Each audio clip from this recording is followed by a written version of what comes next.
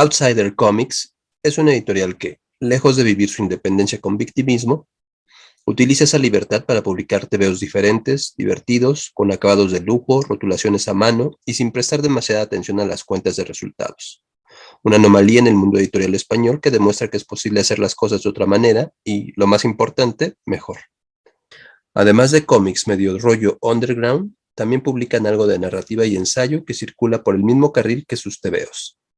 Extraordinarios, únicos, cafres o sofisticados, que inviten a pensar diferente y que precisamente por eso nadie más los quiere publicar.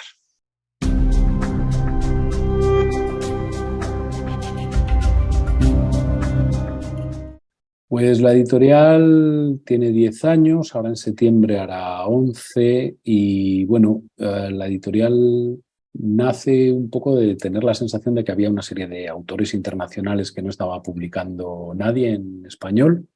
Por ejemplo, Kaz, el padre de Underworld, que es una tira del underground americano clásico de los años 80, no la había publicado nadie en castellano. Cowboy Henk, que es un personaje que en Bélgica es una eminencia, yo que sé, Yusaku Hanakuma, o sea, una serie de hitos del underground internacional que aquí estaban como desatendidos. Y luego, por otro lado, el Temeo, que es una publicación alternativa de corte así gamberro, punkoide, del País Vasco, que hacía su fanzine bimensual y sacaba álbumes de sus autores. Yo también dibujo en el Temeo y estoy en una especie de camarilla dirigente de ese fanzine. Decidió que iba a dejar de publicar álbumes de los autores por la cuestión de rentabilidades. Y me parecía muy triste que eran unos autores que no iban a encontrar otro sitio donde publicar porque juegan a una transgresión verdaderamente potente a unos temas y a unos contenidos que no había en ese momento ninguna otra editorial que pudiera darles cabida. Así que me pareció como una razón de peso para poner algo en marcha, ¿no? Tampoco sin una vocación ni de permanencia, ni de llegar a hacer 10 años, ni de nada, pero bueno, sí como una posibilidad de dar salida a una serie de TVOs. Y eso pues inevitablemente ha marcado un poco la línea de la editorial, que es publicar tebeos y alguna cosa de narrativa que a priori nadie querría publicar. O sea, si publico autores internacionales son autores a los que nadie está haciendo caso. No voy a ir a levantarle tal autor a tal editorial porque crea que va a vender, ¿no? Sino ocupar un hueco que nadie quiere ocupar y dentro de eso pues con autores y con historias que cuenten algo que se salga de lo convencional, que no tengas la sensación de que te lo puedes encontrar en un suplemento de un periódico o en una teleserie, o sea, que estés agitando un poco la cabeza, o sea, que invites un poco a pensar diferente o a encontrarte historias que no son habituales.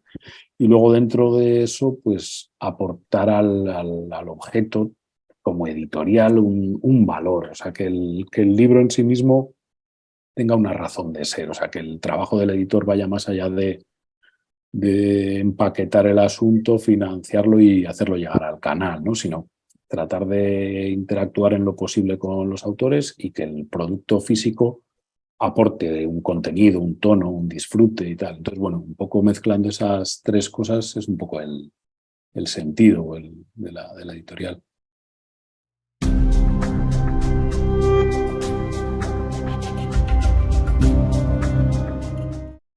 Bueno, pues en realidad tampoco esperas una gran respuesta porque eres consciente del grupo al que te diriges, ¿no? Nosotros estamos vendiendo alrededor de 2.000 ejemplares de cada cómic que hacemos, que es mucho más de lo que venden algunos títulos teóricamente mainstream, o sea que, bueno, no es una cosa banal.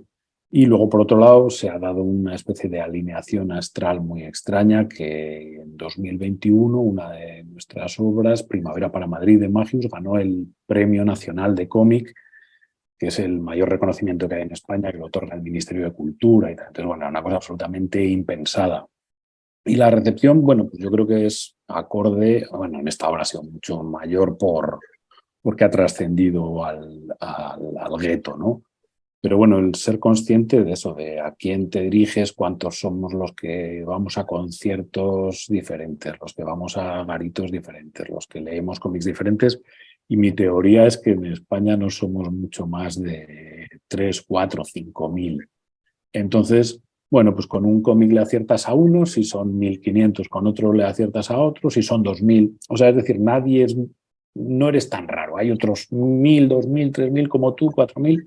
Entonces, bueno, pues eso permite que la cosa salga adelante. Luego también, bueno, tienes no te digo el bloqueo, ¿no? Pero las grandes editoriales y de los volúmenes de producción que manejan y de implantación en la distribución, que eso es muy importante, porque claro, en España ahora se están publicando 400 novedades de cómic mensuales, que es una barbaridad. Entonces, que las librerías ya simplemente te dejen un hueco, o sea, que cuando tú sacas algo le hagan un espacio, es algo, vamos, que es de agradecer y casi milagroso, ¿no? Pero por suerte, pues eso, en estos años ya hemos ganado cierta confianza en los libreros de que sí, que igual nuestros libros no van a ser unos bestsellers, pero que sí saben que hay un grupo, un público que va a ir y que tiene su rotación. Y a mí me lo dicen, saques lo que saques de lo tuyo, pido 10. Igual no saben ni lo que es, ni les interesa. Pero bueno, entonces yo ya te digo, yo creo que la respuesta es difícil que fuera mucho más positiva. También es verdad que hay muchos títulos y muchos contenidos que podrían ser mucho más mainstream de lo que son. Lo que pasa es que las reglas del juego pues las ponen otros, ¿no? Porque hay contenidos que en términos literarios o cinematográficos tal, pues pueden llegar a mucha más gente, pero bueno, el cómic yo creo que ya parte de esa limitación y todo lo que transgrede un poco, ¿no? Al ser visual, enseguida pues como que se plantan más frenos ahí. Pero bueno, ya te digo, yo creo que es un exitillo, no llega a un éxito, no, pero bueno, para lo que es no podría ir mejor, yo creo.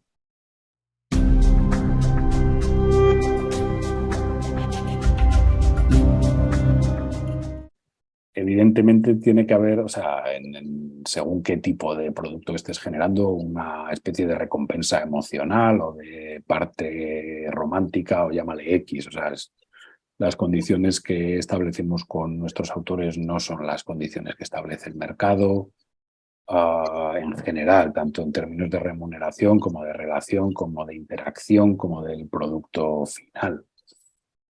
Entonces, bueno, eso te deja, entre comillas, fuera del negocio, ¿no? O sea, es una cosa que sí que genera unos ingresos, porque tampoco es que esto sea una ONG del todo, pero sí que hay como una especie de voluntad, no sé qué decía Alderete, que es un dibujante mexicano, decía, buscar esas parcelas o sea, como crear micromundos en los que el capitalismo no ha triunfado, ¿no? Entonces, bueno, pues como que de alguna manera tengas unos reductos en los que el principal objetivo de la jugada no sea ganar dinero. Evidentemente, cuanto más generes, mejor para los autores, mejor para ti, pero sí tratar de repartir o de distribuir esos ingresos de una manera un poco más equitativa, aparentemente, de lo que se suele hacer.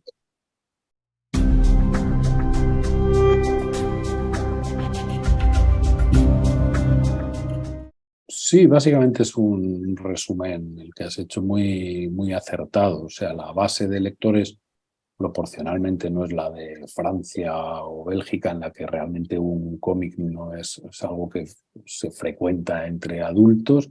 Y en España la masa lectora en general mengua, y la de cómic, aunque aparentemente crezca, crece desde un punto muy bajo. La de cómic adulto, ya no hablamos de manga o de superhéroes que llevan como otro camino aparentemente más rentable.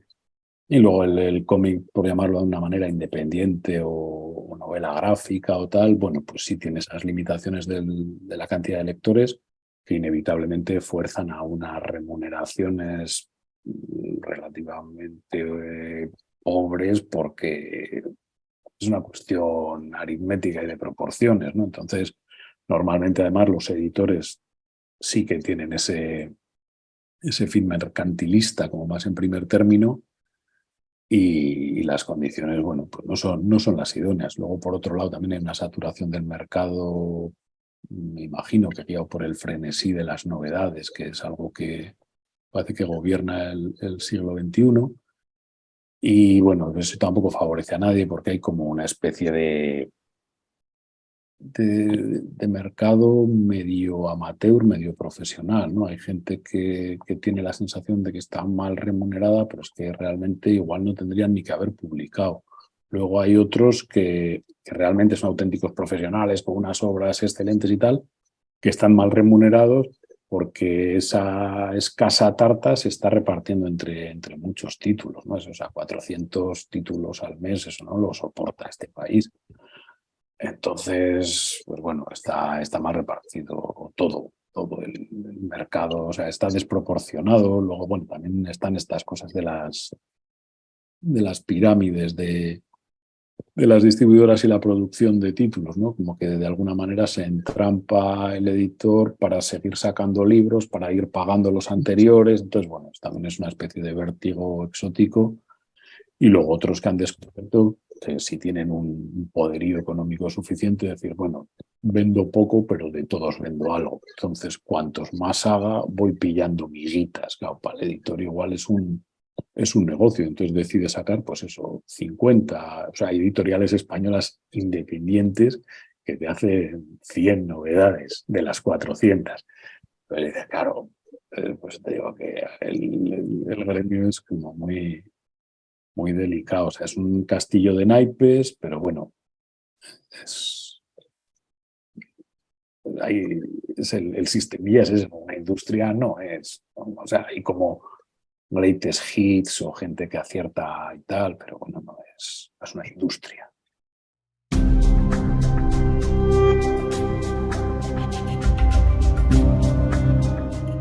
Bueno, lo experimental y lo underground en algún momento se dan la mano, ¿no? En cuanto a que no estás preocupado o preocupado buscando un éxito comercial como motor de la actividad, ¿no?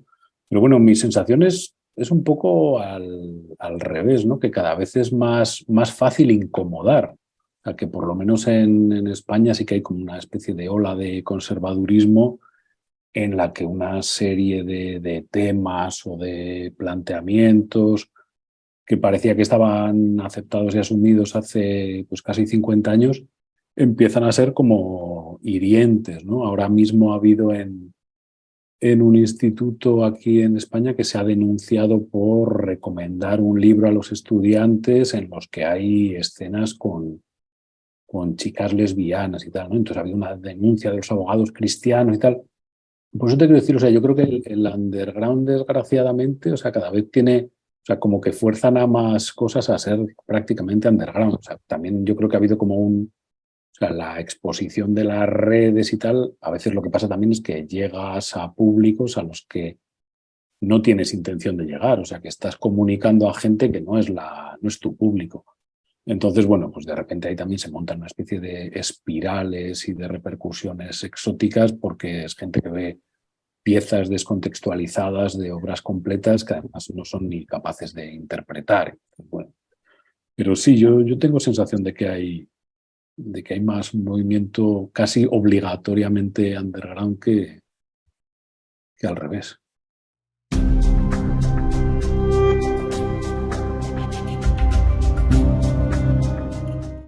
Sí, yo qué sé, o sea, creo que puede haber un cierto oportunismo como en todo, pero creo que nadie que se esté dedicando a hacer fanzines, o sea, si está buscando una especie de oportunidad de medrar o de destacar o de hacer dinero, se ha equivocado totalmente. O sea, creo que tiene que buscar otra área de influencia en el que posiblemente si tiene esos fines así como torticeros, pues seguramente le va a salir más a cuenta que pues dibujar da mucho trabajo.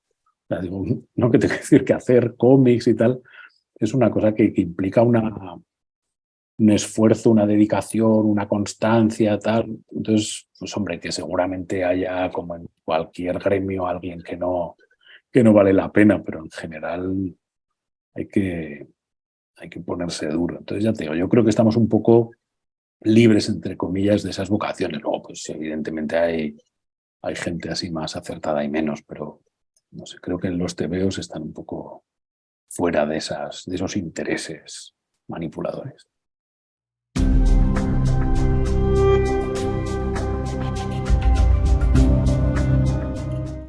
Bueno, yo creo que exige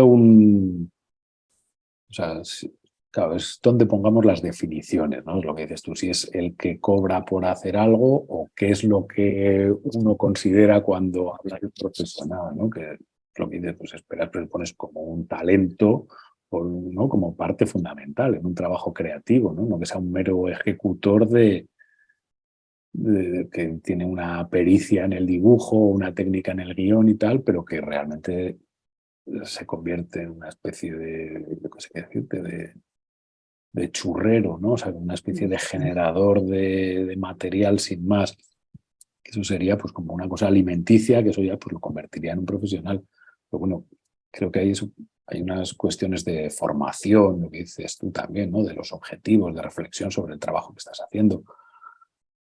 Pero creo que las circunstancias del mercado, al final, el concepto profesional es casi imposible, ¿no? Porque yo creo que la mayoría de autores con los que yo trabajo no serían profesionales en el sentido de una dedicación exclusiva, pero sí que cumplen con el resto de presuntas premisas que queramos establecer, ¿no? De talento, de voluntad rompedora, de innovar, de tal. Pero claro, ¿no? O sea, yo creo que es como un concepto que a día de hoy no acaba de cuadrar, salvo el que realmente diga, no, no, este es mi trabajo, me quiero ganar la vida con esto y tal. Entonces, bueno, pues ahí tendrá que entrar en una serie de esclavitudes, por decirlo de alguna manera, o de compromiso, tal, en el que tenga que renunciar a ser lo que, tal. Pero creo que es como un concepto que no, o sea, no me lo planteo porque directamente yo creo que es lo que trabajo con muy pocos profesionales en el sentido de dedicación exclusiva, ¿no?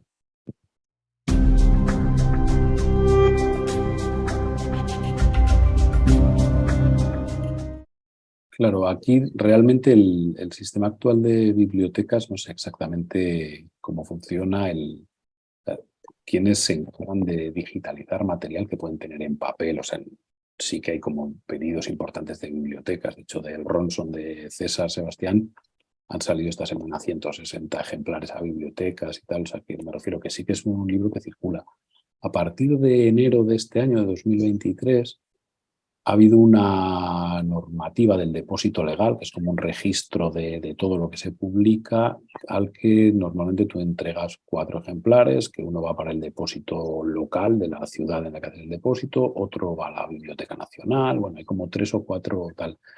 Y desde enero es obligatorio ingresarlos también en copias digitales, con lo cual entiendo que esas copias digitales que van a la Biblioteca Nacional tienen que ser accesibles a cualquiera que quiera acceder a ellos, no sé exactamente con qué permiso. Nosotros solo tenemos uno porque o sea, el de César, por ejemplo, todo el depósito legal y el ISBN estaba hecho en 2022. Por ejemplo, en Tres Hijos, que es un libro de Víctor Coyote que hemos publicado ahora en marzo, es el primero que hemos metido en la Biblioteca Nacional en digital. No lo he buscado, entiendo que eso tiene que estar ahí. Ya te digo, o sea, a partir de este año en enero, todos tienen que hacer entrega de esos archivos digitales.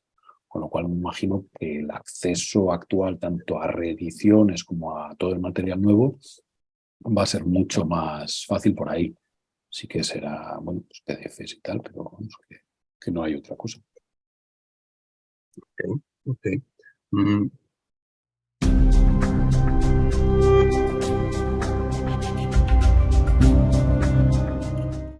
Bueno, o sea, en cuanto a la piratería, por llamarlo de alguna manera, como lo planteas, no hace mucho salió una encuesta en Twitter en España que era eso de cuánto de lo que lees accedes a ello de manera legal.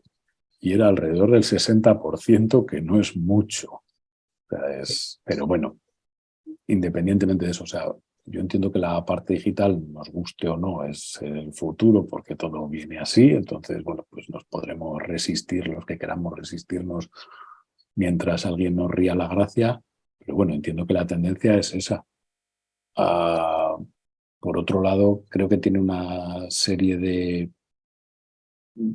de aspectos en el formato que se pierden, pero por la propia narrativa, por el ir hacia atrás y hacia adelante, por el cómo te puedes detener en los momentos, no sé, para mí el cómic en digital me resulta muy, muy antipático, o sea, porque o sea, pierdo una serie de percepciones que en el papel las capto y no tiene una explicación racional seguramente, ¿no? Pero tengo más capacidad de ver la línea, ¿no? Cómo ha venido, o sea, igual es cuestión también de que tengo ya una edad que me impide ser un tío tecnológico ya así a tope, ¿no? Pero a mí el cómic digital sí me parece muy, o sea, que hay como una vía muy interesante, que es lo que es digital porque no puede ser en papel. Hay un autor español que se llama Javi de Castro, que hace también mucho cómic en papel, pero hace cómics digitales que no podrían ser en papel. O sea, es decir, que de repente tiene una narrativa, pongamos, en forma de árbol. Entonces tú vas siguiendo las viñetas y si vas siguiendo el árbol, porque transcurre en la pantalla con unos reductos que tal, o que incluye algún GIF que luego es la clave de algo con una microanimación, o cómics que son lineales o que transcurren en varios pisos porque hay como diferentes, pues la misma historia contada por ejemplo. Tú dices, claro, joder, ahí sí es que eso tiene que ser digital porque si no, no puede ser otra cosa. Y a mí ese me parece un camino súper interesante, ¿no? El del cómic digital que aproveche todas las ventajas o todas las bondades del cómic y las posibilidades tecnológicas, ¿no? De hacer algo como un poco más especial y te lleva a otro, no otro género, ¿no? Pero sí como algo más rico.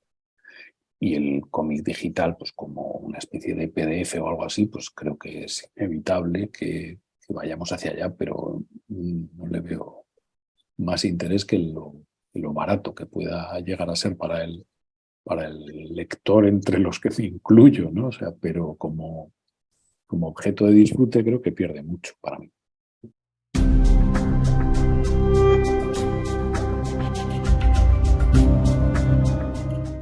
A ver, yo creo que por simplificar, yo lo dejaría en dos problemas. O sea, que uno es una carencia de lectores y de lectores con capacidad crítica y lectores de calidad y tal. O sea, me refiero a una carencia, o sea, un déficit cultural en general.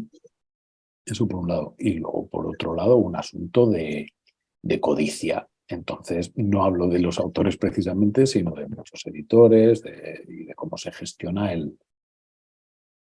la industria en general, no del cómic, o sea, desde la cultura en general y de la alimentación, si quieres, ¿no? O sea, es que esas cosas como cuando ves, imagino que en México igual que aquí, ves un paquete de jamón y pone 80% jamón, ¿cómo que 80%? El otro 20% ¿qué has hecho? ¿Qué has puesto ahí?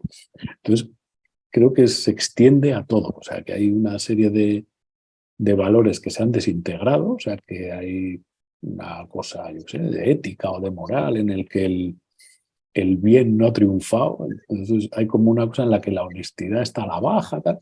Entonces eso aplica en todos los sectores. Y en el sector editorial y en el sector de cómic, pues eso, o sea, gente que está saturando el mercado a sabiendas de que no lo soporta.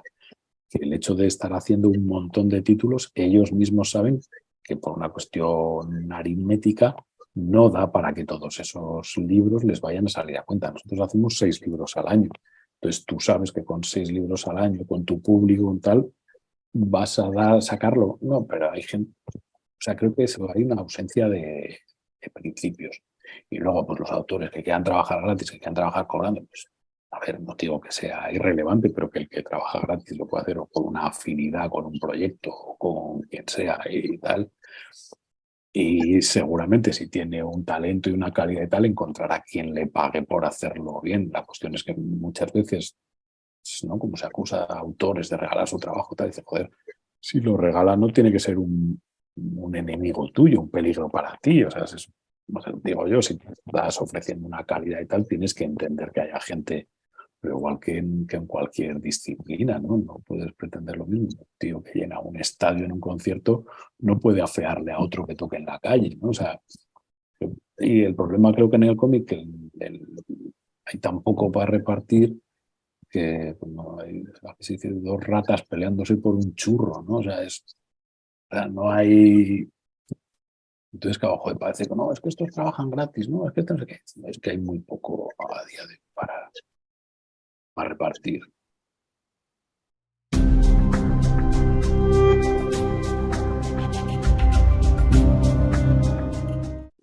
creo que estamos nadando contracorriente. O sea, hemos decidido meternos en una especie de cruzada quijotesca que no tiene un desenlace feliz, yo creo. Pero bueno, o sea, creo que la cuestión o sea, el sistema está en contra de tener ciudadanos cultos, preparados y con la cabeza funcionando a toda velocidad, ¿no? Entonces, nos están suministrando una especie de entretenimiento constante, adictivo, en el que tú no te das cuenta y estás viendo dos gatos peleándose y luego un gol de no sé quién y luego tal.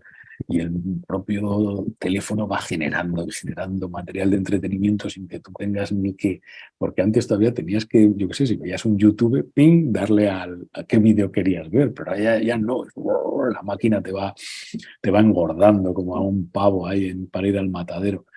Entonces, la cuestión es esa, dice, ¿cómo se consigue que haya más gente con ganas de pensar, de leer? Tal? Yo creo que es sistémico, ¿no? O sea, que de alguna manera alguien plantee que haya una riqueza o alguien sea consciente o alguien tenga el menor interés en que la gente esté con la cabeza funcionando, ¿no? Y se está buscando, aparentemente, no es que crean grandes conspiraciones, pero igual es que tendemos hacia la autodestrucción también, ¿no? ¿No? Como que todo es cada vez, ¿no? Si me da menos trabajo, si puedo tal, si no tengo que leerlo y puedo ver la película, ¿no? Me imagino con los trabajos de los estudiantes, joder, si les dices un libro del que hay una película, no lee el libro ni Cristo.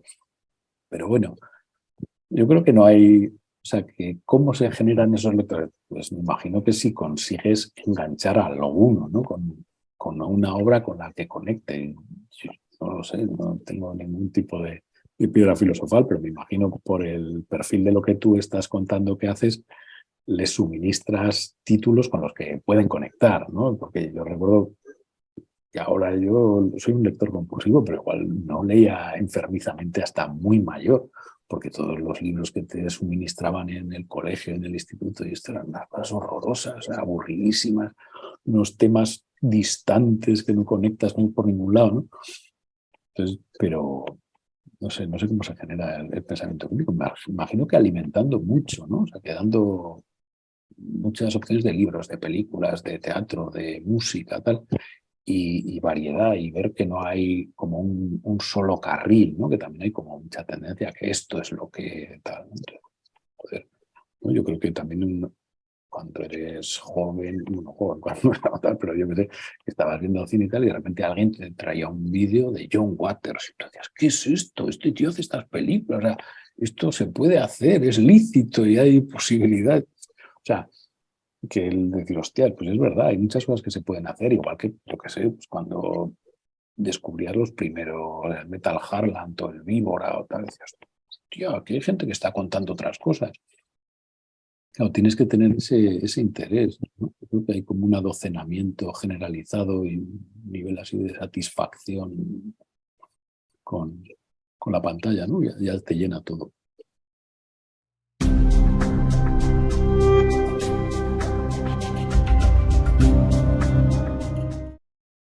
A ver, o sea, quiero decir, yo creo que lo que yo recomendaría seguramente no sería lo más formativo para los alumnos, ni válido para que los profesores lo consideraran un arte mayor, ¿no? Entonces, que ahí creo que sería un flaco favor. Las obviedades en cuanto a las recomendaciones para los maestros, yo creo que están ahí, son ¿no? Un Chris Ware y un mouse, ese tipo de cosas, yo creo que tienes que no tener sensibilidad en ningún punto de tu cuerpo para no considerar esas obras a la altura de cualquier género literario o cualquier obra presuntamente de alta cultura, ¿no? Y luego los chavales realmente no tengo la menor idea de lo que les interesa a los chicos de 15, 16 años, más allá de lo relacionado con las gónadas y el aparato reproductor, ¿no? Porque es un momento muy delicado también. Aquí por lo menos es un momento en el que se abandona mucho la lectura. Hay mucha gente que leía cómics y leen cómics hasta los 12, 13, 14 años. De repente descubren que hay cosas más entretenidas y les cuesta mucho reencontrarse con el cómic, ¿no? Pero bueno, de lecturas así, estas que dices de, joder, aquí está pasando algo, era todo lo que suministraba el Víbora en aquel momento. Era, yo qué sé, El taxista de Martí Riera, que ahora lo van a reeditar.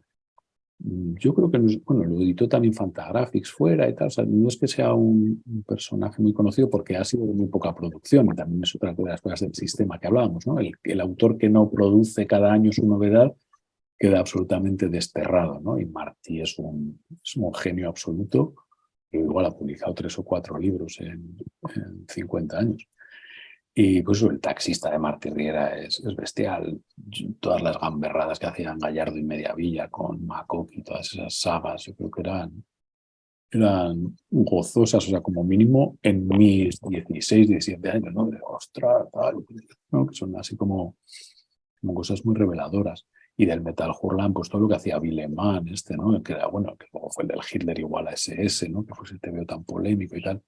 Pero que eran cosas, pues lo que hablamos, cosas que te agitan, ¿no? Que dices, hostia, ¿pero qué es esto? O sea, bueno, que tengas la sensación de que ha pasado algo, ¿no? O sea, que, porque hay muchos cómics que los lees y de qué iba, ¿no? Yo estaba bien, pero no me acuerdo tal, ¿no? Sino de cosas de estas que te quedas parado y recuerdas frases todavía, ¿no? Yo creo que eso pues las cosas de Macoque, taxista y esto de Villeman, para mí por lo menos eran como 3 cosas que en ese momento sí te hacían mirar.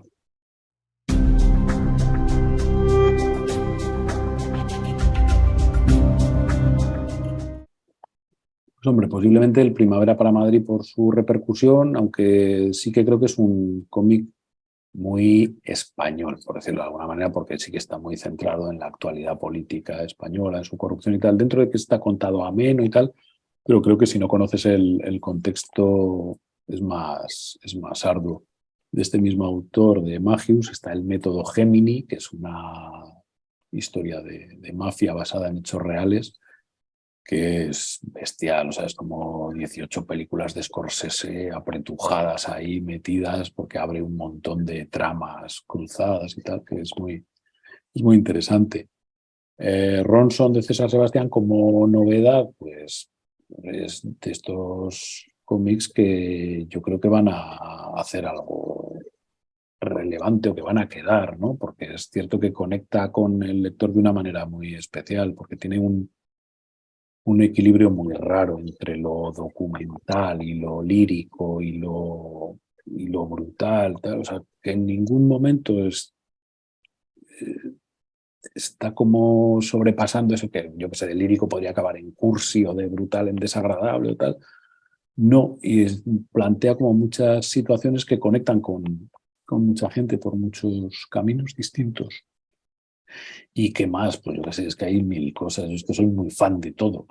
Entonces es muy complicado, porque por irnos ya al otro extremo de lo lírico, pues igual el fantástico en Satanás, que es un cómic de Víctor Dunkel, del que, bueno, que todo está centrado alrededor de la ultraviolencia y de cultos satánicos y tal.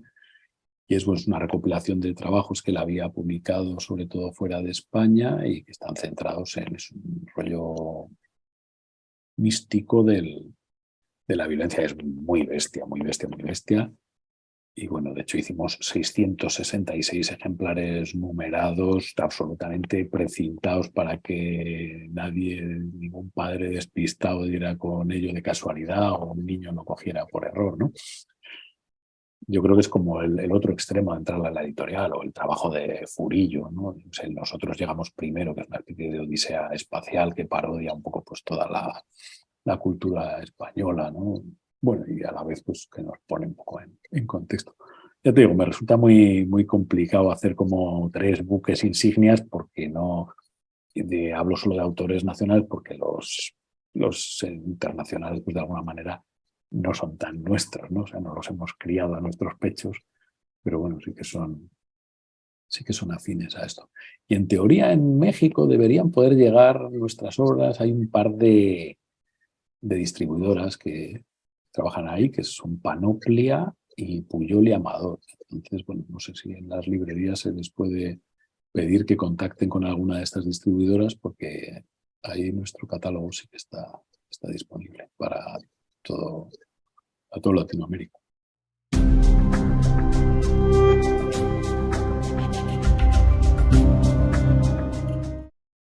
Pues realmente creo que tiene, o sea, que hay una parte común en lo que decías del conocer mucho el medio en el que se supone que quieres trabajar, ¿no? O sea, porque se te presupone un criterio como mínimo propio, ya no digo bueno, pero como mínimo sí tener una teoría alrededor de la que vas a armar esa presunta línea editorial. Luego hay muchas editoriales también que no tienen línea y son mucho más felices, ¿no? Porque van metiendo todo lo que obedezca a la moda, a la tendencia o al oportunismo y le van dando salida, ¿no?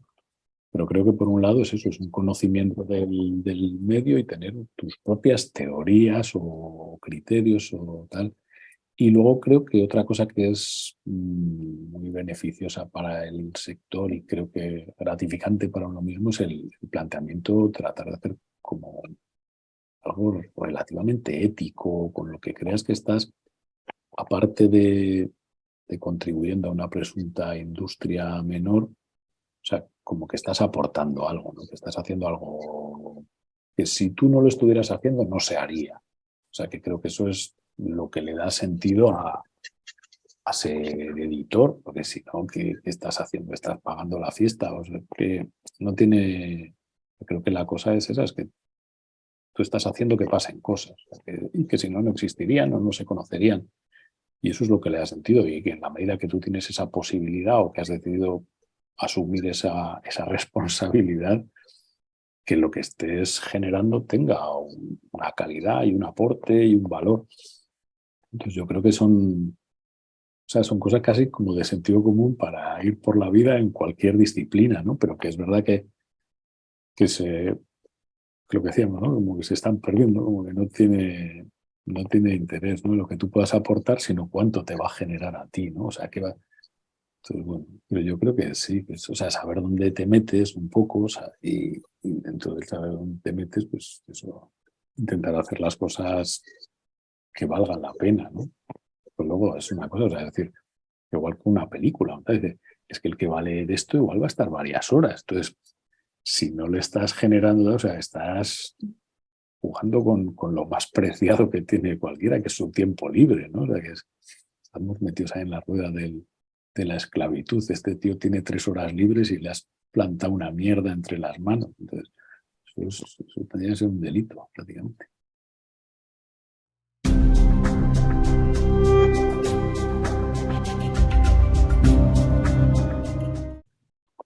Pues muchos, porque al final todo es, bueno, lo más inmediato.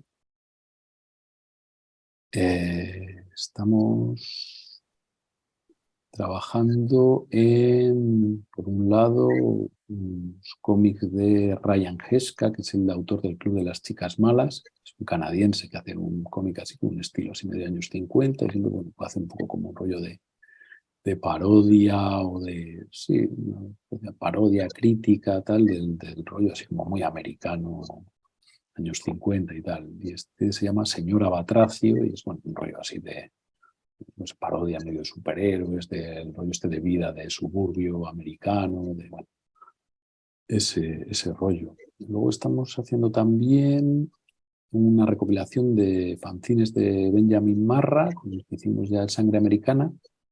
Y este es pues otro mogollón de cómics suyos que no se han publicado nunca en ningún sitio, más que en las tiradas mínimas suyas. Y bueno, es como recopilar mucho material muy dispar, de cosas pues, muy antiguas suyas a cosas más actuales que él le ha dado salida en publicaciones raras. Luego estamos trabajando también en un cómic que recoge historietas anteriores al Comic Code americano sobre droga. Entonces, bueno, son historietas ya que han quedado libres de derechos y, bueno, pues estamos traduciendo, restaurando, tal, y esto es un trabajo de estos como de Sísifo, no sabes si se va a acabar nunca, porque claro, entras en internet, encuentras que no sé quién ha colgado una cosa, encuentras un ejemplar viejo en eBay que está en mal estado, que es el único que puedes comprar, porque lo que está en buen estado es un disparate. Entonces, bueno, pues escanear, restaurar, traducir, tal. Y la intención es este año acabarlo, o sea, decidir que ya está, que hasta aquí, ¿no? Que si llega más material o aparecen más cosas, porque es verdad que es como un trabajo así infinito. Y luego, pues el resto de autores nacionales, pues cada uno está trabajando con sus obras. Magius tiene un par de, bueno, como un libro ilustrado y un cómic en paralelo. Irene Márquez también está trabajando en otra recopilación, pero bueno, monotemática, ¿no? Todo en torno a un mismo tema. Adrián Vago también está trabajando en un nuevo libro. Y bueno, o sea, hay como, y luego al final, por eso, o sea, que te empezaba hablando de los que manejamos en la editorial directamente, porque al ser material ya producido, sabes que lo puedes calendarizar, y el resto, bueno, pues depende del tiempo, del trabajo que le puedan dedicar, de la inspiración y tal. Entonces, los proyectos realmente propios, bueno, pues están más sujetos a las realidades ajenas. Tenemos que sacar también una especie de revista de los 10 años en la que todos los autores han hecho una historieta para ello y tal, y la intención es tenerla para septiembre, y eso sería como entre los proyectos así como más para allá.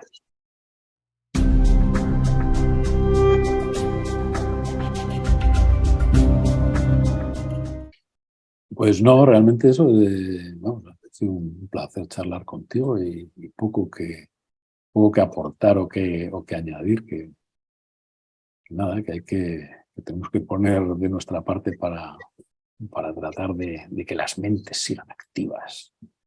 Bueno, ya veremos.